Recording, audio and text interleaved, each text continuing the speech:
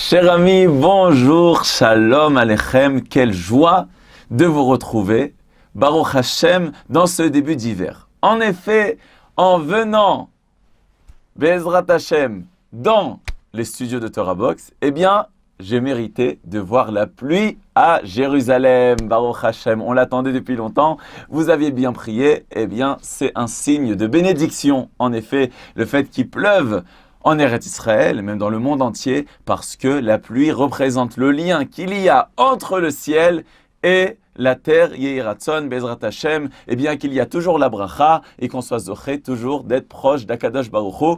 Amen, ve amen. Alors, un grand bonjour à tous nos chers amis qui laissent leurs commentaires et même à tous les autres. Mais pour citer au moins ceux qui ont laissé leurs commentaires sur le dernier cours, cette fois de la parashat Vayetse, ainsi que ceux de la parashat d'avant, un grand bonjour à Charles Lévy, enchanté, à Gilles de Narbonne, quel grand mérite vous avez, et à Rosine Mabialia de Congo-Brazzaville, qui est une fidèle d'Afrique, Laurette, Jean-Jacques Yaakov, Fabien du Canada, Farid Bullock, Marcel Fafouin, Chaim B, Jean-Pierre E. Un grand bonjour à vous tous et à vous toutes. Et aussi, j'en profite pour passer des grandes salutations à Francis et Joël Arouest de Beth Shemesh, ainsi qu'un Estelle et Mordechai d'Ahan, à qui on souhaite un bon Yishuv Tov en Eretz Israël.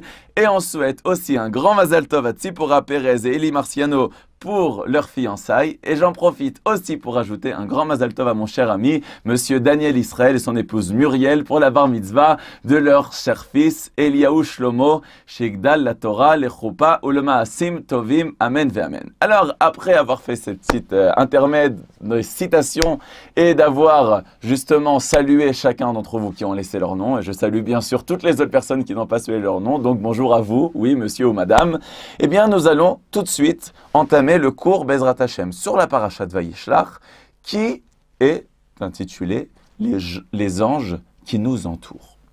Alors, en effet, la parashat Vayishlach commence avec le verset Vayishlach Yaakov malachim lefanav, et voici Yaakov a envoyé des malachim.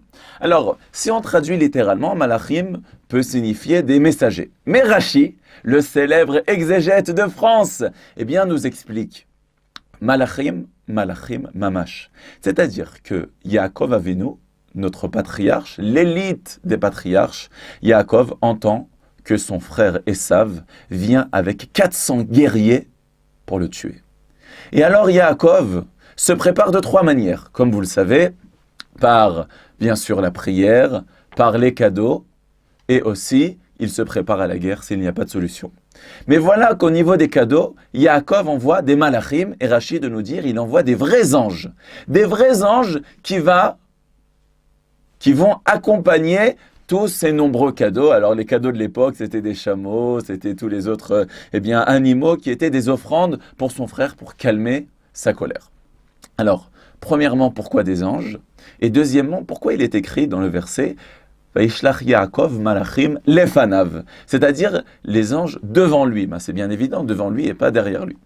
Alors, il y a quelques sfarim, quelques livres qui interprètent ça de manière un peu humoristique. Pourquoi il a envoyé les cadeaux par des anges? Parce que Yaakov Avinu avait peur que s'il envoyait par des êtres humains, les êtres humains se seraient servis un petit peu. Ils auraient pris quelques cadeaux pour leur poche. Alors, c'est pour ça qu'il a dû envoyer des anges. Bon, il y en a qui expliquent comme ça, mais je ne pense pas que c'est l'explication simple. Eh bien, il y a un très beau exposé de Rav Eliaou Lopian, le célèbre Lev Eliaou, qui nous explique qui représente ces malachim et pourquoi ces malachim devant lui. Alors, pour comprendre mieux ceci, il faut se tourner vers la Mishnah. En effet, la Mishnah dans Pirkei Avot, dans le Maxime des Pères, il s'agit du chapitre 4, Mishnah 11, vous pouvez la chercher si vous êtes curieux. Amar Ravi Aose Mitzvah Achat Konelo Praklit Echad. Celui, et c'est très important mes chers amis, retenez bien ceci. Nous voyons dans la Mishnah que vous êtes tous entourés d'anges. En effet, Aose Mitzvah Achat Konelo Praklit Echad. Une personne qui fait une mitzvah, il acquiert un avocat. C'est quoi un avocat? C'est un ange qui est créé par sa mitzvah. Voilà, vous êtes en train de regarder ce cours sur Torah Box. Eh bien, à ce moment-là, il y a un ange qui est créé parce que vous étudiez la Torah. Et même plusieurs anges. Mais d'un autre côté, que Dieu préserve, à over avera achat, une personne qui va transgresser un interdit de la Torah, eh bien malheureusement, Konelo Katégor Echad, il crée un accusateur. Que Dieu préserve. Donc, qu'est-ce qu'on voit d'ici? Que de chaque bonne action qu'une personne va faire, eh bien, est créé un ange qui est saint. Et c'est cet ange-là qui va venir défendre chacun d'entre nous devant le Saint béni soit-il, devant le trône divin, pour dire, voilà, ce jour-ci, à cette heure-là, il a regardé un cours de Torah, il a fait de la tzedaka, il a étudié la Torah, il a été à la synagogue. Et cet ange-là va tout faire pour défendre la personne au niveau matériel et au niveau spirituel. Il est comme un enfant de son père parce qu'il est créé par sa force. C'est ce qu'on dit aussi que Abraham et Sarah ont quitté Haran avec toutes les nefashot. Eh bien, le Zohar HaKadosh dit c'est tous les anges qu'ils ont eus, non seulement de leur mitzvot, et aussi même de leur relation intime qu'ils avaient. Eh bien, même si un enfant n'a pas été créé à ce moment-là, il y a un ange créé qui est là, créé dans le ciel, pour défendre, eh bien, chacun, Abraham et Sarah, et ainsi chacun d'entre nous. Donc, on voit que dans toutes les générations, il y avait ces preuves, et c'est justement nos sages qui nous racontent ces anges qui sont créés par nos mitzvot.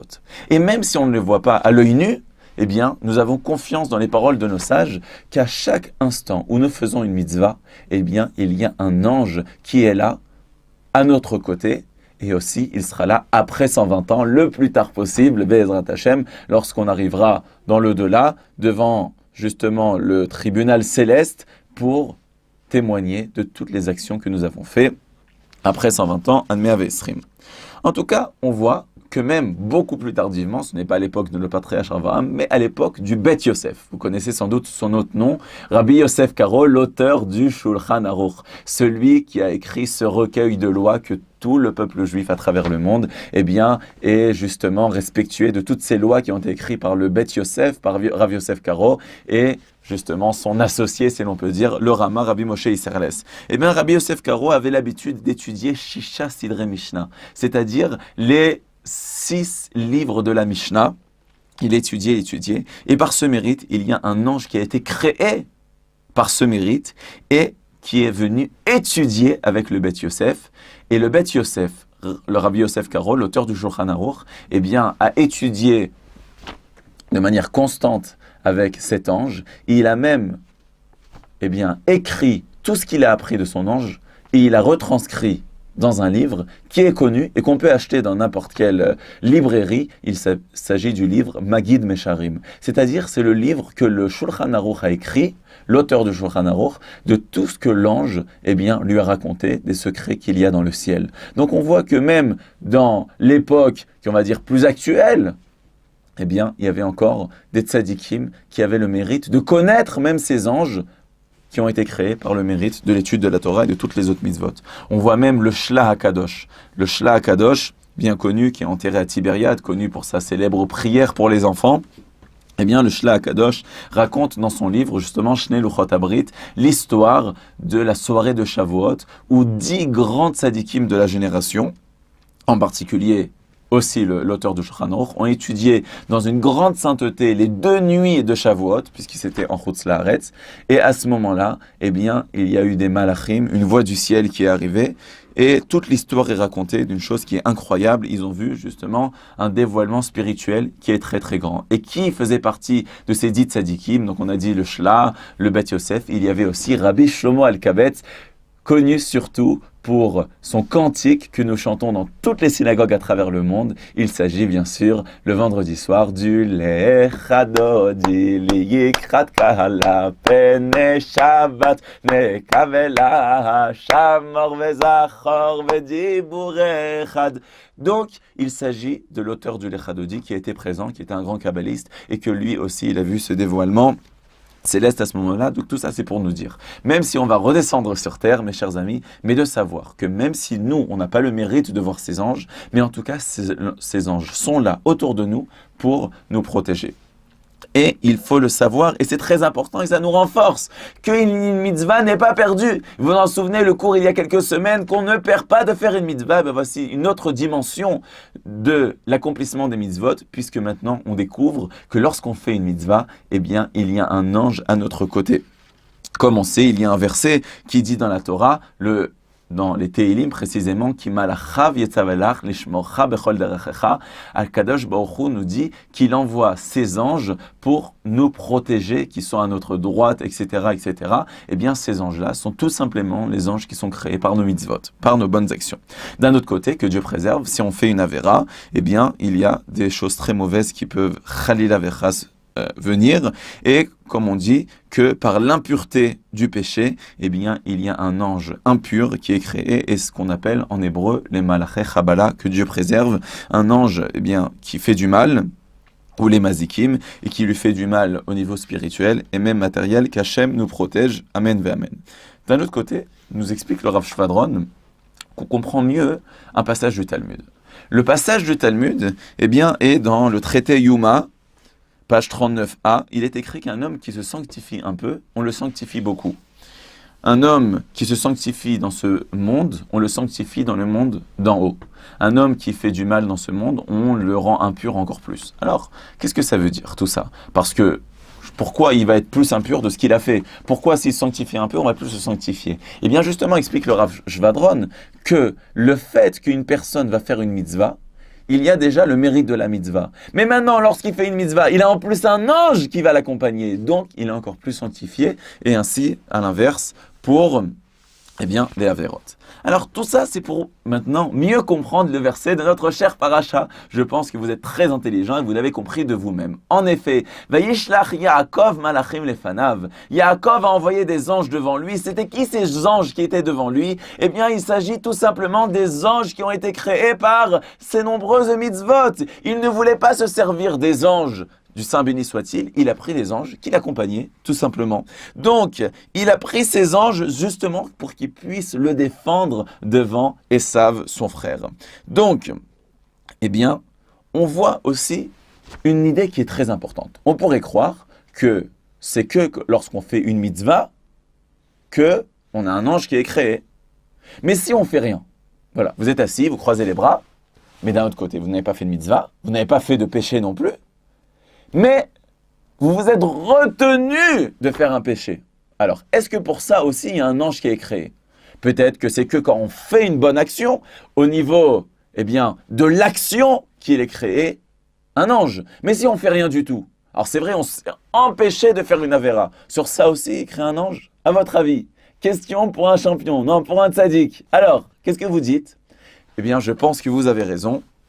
En effet, eh bien, il est écrit dans les paroles de nos sages. Il s'agit dans la Gemara, dans le Yerushalmi, Kiddushin Perek Aleph, Alachatet, Ze Mishebat Varavera Leyado Venitza Lemena Kibidrachav Alacho. Une personne qui a été confrontée, qui s'est retrouvée en face d'un péché, et qui s'est retenue de le faire, eh bien, il mérite un grand mérite. Il s'appelle qu'il a fait une mitzvah. En vérité, la Gemara, dans Makot, pour ceux qui étudient le Daf Yomi, et je les salue très fortement, et très chaleureusement, bien sûr, il est écrit dans la Gemara Makot qu'un homme qui ne fait pas une Avera, c'est comme si il fait une mitzvah. Alors, le fait de ne pas faire une Avera, il est créé une lumière, eh bien, divine, qui va éclairer la personne, et qui va, justement, éblouir son visage. On retrouve ça avec l'histoire de Nathan Tzutzita. Nathan, c'est mon surnom de ma famille, de mes chers parents. Mais ici, ce n'est pas moi, c'est Nathan Tzutzita. C'est qui Nathan Tzutzita? Eh bien, la Gemara le ramène, on peut dire fortuitement, à la fin de la page 56b. Donc je cherchais, c'est qui Nathan Tzutzita? Et la Gemara, elle ramène rapidement, comme ça, elle dit Nathan Tzutzita, qui est Maroukva. Mais si on va chercher plus loin, eh bien, en cherchant, on arrive à la Gemara Sanhedrin, donc le traité Sanhedrin, page 31b. Et ce n'est même pas dans la Gemara, c'est dans Rashi. Rashi raconte l'histoire de Nathan Tzutzita. Eh bien voilà, j'ai trouvé le livre et j'en suis très heureux, donc c'est pour ça que je veux partager avec vous cette joie. Merci Hachem. Et voilà que Rashi nous raconte que il y avait un homme qui s'appelait Nathan, et qui a vu une femme qui était très belle. Et alors, le mauvais penchant a brûlé en lui. Et il voulait à tout prix avoir une relation avec elle. Et à un tel point qu'il en est tombé malade. Il en est tombé malade. Et il ne pouvait pas l'épouser parce que cette femme était déjà mariée. Alors, voici qu'un jour, cette femme s'est retrouvée dans le besoin. C'est-à-dire qu'elle n'avait même plus d'argent pour vivre. Et donc, elle a eu besoin d'emprunter de l'argent. Et comme par hasard, chez qui elle vient emprunter de l'argent? Chez ce Nathan Tsutsita. Alors, imaginez-vous bien que cet homme se retrouve devant un dilemme énorme parce qu'il a envie de fauter. Voici que la femme est devant lui, elle est tellement embarrassée qu'elle n'a plus d'argent, elle est même prête à fauter avec lui. Que Dieu préserve. Et alors, Nathan Tsutsita, se domine et dit non. Je ne fauterai pas. Je ne veux pas faire de la peine à mon Créateur. Je sais que c'est un très grave péché. C'est très très grave d'avoir une relation intime avec une femme qui est déjà mariée. Et voici que Nathan Tsutsita se retient de fauter.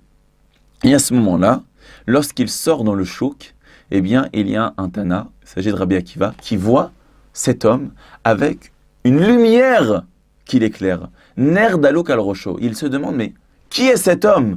Comment cet homme mérite d'avoir une lumière si grande? Cette bougie allumée sur lui. Et donc il va lui demander, qu'il lui raconte l'histoire. Et donc, ce Nathan Tsutsita va devenir un des grands maîtres du Talmud, qui deviendra plus tard le célèbre Mar Ukva, un des maîtres de la Gemara. Donc on voit que même de ne pas faire une Avera, c'est comme si on fait une mitzvah. Il est créé un ange qui est là à notre côté pour nous protéger. Ki malachav yetzavelach lishmorcha bechol derechecha. Al-Kapaim Isauncha, celui qui te porte Pentigov Baven Raglecha, c'est celui que tu ne vas pas trébucher avec la pierre, c'est-à-dire tous les obstacles de ce monde moderne.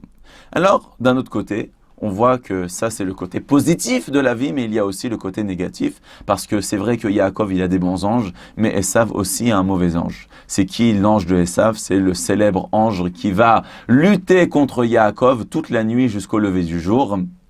C'est cet ange qui est en même temps le Yetzer Hara, en même temps donc le mauvais penchant, en même temps le Satan, etc.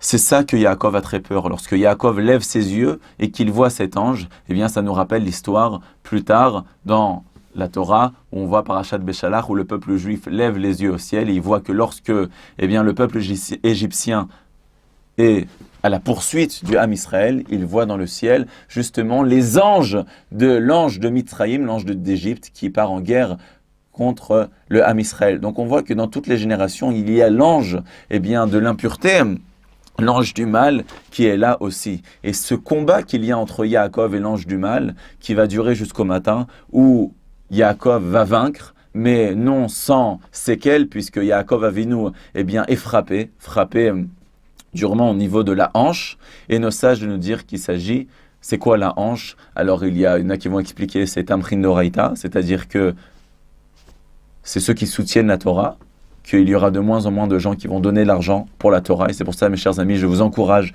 à soutenir la Torah, à donner pour les yeshivot, donner pour ceux qui étudient la Torah. C'est une grande mitzvah, non seulement parce qu'il étudie la Torah qui grandit à travers le monde, mais surtout pour vous. Parce que le fait de soutenir la Torah, ça vous amène énormément de bénédictions. Mais ceci est pour la parenthèse. Il y en a d'autres qui vont expliquer que c'est pour la fin des temps. Igveta di Meshicha, c'est l'époque dans laquelle on se trouve, Bezrat Hashem, et on espère que le Mashiach viendra très bientôt. Nidmelo Kital Mitracham, c'est-à-dire qu'à la fin des temps, même ceux qui seront des sages, même ceux qui seront, à l'apparence orthodoxe, il y aura des gens qui vont fauter, c'est-à-dire que même ceux qui seront dans la vérité, il y en a qui seront touchés par le Yetzer Hara. Et c'est pour ça, mes chers amis, si ça vous arrive de rencontrer des gens religieux qui fautent, et vous dites, mais comment des religieux ils peuvent agir de manière pareille? C'est honteux, c'est scandaleux. Encore quelqu'un qui connaît rien, d'accord, mais ça c'est, moi je crois plus à la Torah, que Dieu préserve. Non, sachez que c'est ce qui s'accomplit de ce que notre Torah nous raconte il y a des millénaires, qu'à la fin des temps, le mal frappera très fort, à un tel point que même la vérité sera touchée. Il y aura de moins en moins de gens qui seront complètement purs, attachés à la vérité. Et même des gens qui auront une apparence religieuse pourront fauter dans le mal. Donc c'est pour ça qu'il faut faire très attention de ne pas juger mal le peuple juif et de savoir que ceci, est l'épreuve de la fin des temps, de savoir que même les plus attachés à la Torah pourront pourront être attirés dans les forces du mal. Que Dieu préserve et prions de tout notre cœur que nous soyons toujours attachés à la vérité. Amen, amen. Donc tout ça, c'est pour nous dire quoi, mes chers amis? Qu'est-ce qu'on voit? Qu'on fait une mitzvah, il y a des malachim. Qu'on fait une avera, il y a des mauvais malachim. Qu'est-ce que ça vient nous apprendre tout ça, mes chers amis? Qu'il faut se renforcer dans les mitzvot. Parce que lorsqu'on fait une mitzvah, eh bien, c'est pas quelque chose d'anodin. On fait la prière, on fait Netilat Yadayim. J'ai vu Torah Box, ils vendent maintenant des kélis pour faire Netilat Yadayim à côté de votre lit. C'est magnifique tout ce qu'ils font. On dit, bon, j'ai l'habitude, je me lave les mains. Non! Tu te laves les mains, il y a un malach. Et tu fais la bracha, encore un malach. Et tu fais motzi, encore un malach. Et tu fais negel vasser. Ou alors tu fais Maïm Acharonim. Tu fais Birkat Hamazon, encore un malach. On est entouré des milliers de malachim. Il ne faut pas négliger une mitzvah, mes chers amis. Est-ce que vous vous rendez compte que lorsque vous faites une mitzvah, le monde entier y tient grâce à vous, grâce à tous ces malachim qui sont créés? Comme nous dit le Messilat Yesharim. Le Messilat Yesharim, il te dit que si tu regardes bien, tu verras que le monde a été créé pour le service de l'homme. Et l'homme, s'il suit son créateur, eh bien, il sera attaché à la vérité et il méritera toutes les bénédictions. Mais d'un autre côté, s'il est attiré par les péchés de ce monde, il s'éloigne de son Créateur. Voici qu'il se fait du mal, non seulement à lui, mais même à tout le monde qui l'entoure. Mais s'il arrive à se dominer, eh bien, non seulement qu'il apporte du bien au monde, mais il est la lumière de l'humanité. Il est celui que le monde entier peut se vanter. Et même si dans cette génération, eh bien, on ne va pas vanter une personne qui est tzaddik, qui est attachée au mitzvot, mais sachez que viendra Be'ezrat Hashem le jour où dans l'actualité, dans le journal de 20h, ça commencera en disant voilà, monsieur untel au Canada ou en Amérique du Nord, en Amérique du Sud, eh bien a fait une mitzvah et il a sauvé le monde entier, bravo! Comme ça sera dans le journal télévisé de 20h. Donc, nous dit le Ramban.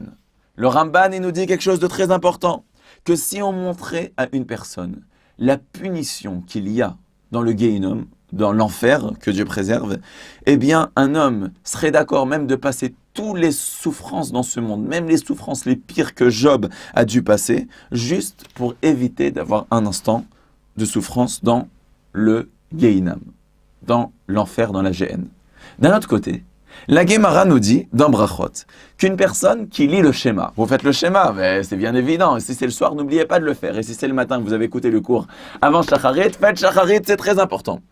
Eh bien, la Gemara, vous me pardonnez mes chers amis, mais la feuille de Torah est tombée, on n'a pas le droit de laisser par terre un Dvar Torah, voilà, comme ça vous pouvez suivre en direct tout ce qui se passe dans le studio Torah Box. Eh bien mes chers amis, la Gemara nous dit dans Brachot Daf Tet Vav, qu'une personne qui lit le schéma, Shema Yisrael Hashem Elokeinu Hashem Echad, il lit le schéma, et qu'il prononce bien les mots, il est medagdeg botiotea, eh bien ça lui refroidit l'enfer. Donc on dit, mais qu'est-ce le schéma? On dit, Avta et Hashem Elokecha. Qu'est-ce qu'il y a? C'est pas tellement difficile. Eh bien si tu prononces bien, tu ne mélanges pas les mots, tu n'avales pas tous les mots, eh bien, on te refroidira le Gehinnom. Bon, on espère qu'on n'ira pas à l'enfer, mais même si une personne mérite l'enfer, eh bien, l'enfer sera refroidi. Donc, est-ce qu'on aurait pensé à une petite chose comme ça, que de ça, on refroidit le Gehinnom, que le Gehinnom, un homme est prêt à souffrir toutes les souffrances du monde, ne peut pas avoir un instant de Gehinnom? Eh bien, juste par une petite chose comme ça, de bien prononcer le schéma, on est sauvé du feu du Gehinnom. Vous vous rendez compte? Donc d'ici, on voit, ça c'est un exemple parmi des centaines et des centaines et des centaines, que lorsqu'on fait une mitzvah, eh bien ça nous amène beaucoup de choses. Alors, on est obligé d'arriver à la fin du cours, parce qu'on me dit que les gens n'ont pas la patience de suivre des cours de 25 minutes ou plus. En tout cas, pour terminer avec la parole du Talmud dans Sanhedrin 98a, En ben David ba ela bedor chez Kulo Chayav ou chez Kulo Zakai. C'est-à-dire que le descendant du roi David, c'est-à-dire le Mashiach, le Messie, ne viendra que dans une génération où tout le monde, eh bien, où tout le monde est méritant, ou tout le monde ne méritera rien du tout. C'est-à-dire que toute la génération ne vaut plus rien du tout, ou alors si toute la génération est complètement méritant. Et il méritera à la Géoula. Comme on dit qu'à la fin des temps, eh bien, l'effronterie arrivera à son sommet. chutzpah yazge. Les jeunes n'auront plus de respect pour les anciens, les belles filles n'auront plus de respect pour leur belle-mère, etc., etc., etc. Donc on voit que dans une génération où il n'y a plus rien, il n'y a plus de respect, il n'y a plus de valeur, il n'y a plus de mœurs, il n'y a plus rien du tout, eh bien ça c'est le siman que le Mashiach il peut venir. Et comme nous dit le Chafetz Chaim nous dit que la génération du Mashiach est une génération où les gens n'auront même plus la patience de supporter les difficultés. Et donc, Akadosh Baruch Hu sera obligé d'envoyer le Mashiach, même si tout le monde n'est pas méritant. Donc, c'est ça qu'on souhaite. Mais surtout, mes chers amis, de vous rappeler, lorsqu'on fait une mitzvah, on gagne un ange. Et que même si vous ne les voyez pas, de partout où vous vous promenez, il y a des anges autour de vous. Et lorsque j'ai vu ça, j'ai dit, eh bien, je ne raterai pas de citer à mes chers amis, vous que je vous aime tellement, eh bien, la Gemara dans Shabbat. La Gemara dans Shabbat, elle nous dit, Daf Kuf Yotet Amud Bet. Regardez, je vous l'ai ramené spécialement pour vous parce que je vous adore. 119b, la Gemara nous raconte. Regardez comment c'est émouvant. La Gemara elle nous dit Tania Rabbi Yossi Bar Yehuda Omer Shne malaché asharet lavinlo le Adam berev Shabbat. Lorsqu'un homme rentre de la synagogue vendredi soir, il y a 2 anges qui l'accompagnent. C'est pour ça que, chère madame, il faut bien recevoir votre mari et ne pas lui tirer une tête de Tcharbeb, de Tisha B'Av. Faites-lui un grand sourire, Shabbat Shalom, ou Good Shavuot si vous êtes Ashkenaz.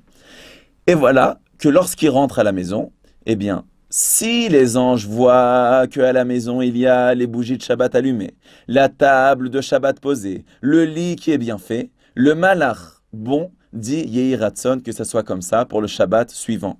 Et le malach ra, le mauvais malach, dit Amen malgré lui. Mais l'inverse, c'est des choses pas bien. Donc on voit que même quand on revient vendredi soir, il y a des anges qui nous accompagnent. Ça on chante Shalom Aleichem Malachei Yasham Haaretz Malachei Elyon. Donc, je terminerai avec une toute courte histoire pour nous montrer qu'il y a même des hommes qui sont des anges. Eh bien, c'est l'histoire de Rabbi Yerucham de Mir, le Mashgar de Mir. Il était une fois dans le train, et voilà, lorsqu'il monte dans le train, eh bien, il y a un gant à lui qui tombe. Et le train part. Alors, il n'a pas le temps de descendre sur le quai pour récupérer son gant. Alors, qu'est-ce que fait le Rav? Il prend le 2e gant et il le jette par la fenêtre. Alors, ses élèves disent, mais pourquoi, Rav, vous avez perdu un gant pour jeter le 2e? Il dit, parce que de toute façon, j'ai perdu un gant. Alors, je ne vais pas le récupérer. Alors, au moins, celui qui trouve le gant, qu'il ait 2 gants, au moins, il puisse en profiter totalement. Ça, c'est des hommes qui sont arrivés au niveau des anges. Mais en tout cas, mes chers amis, maintenant que vous avez suivi un cours de Torah, vous avez des dizaines d'anges qui vous accompagnent. Et Yehi Ratson, Bezrat Hashem, que par ce mérite, vous soyez toujours bénis et qu'Akadosh Baruch Hu protège l'âme Israël et emmène que des bonnes nouvelles. Un grand Shabbat Shalom à vous tous, mes chers amis. Vous êtes véritablement des vrais anges.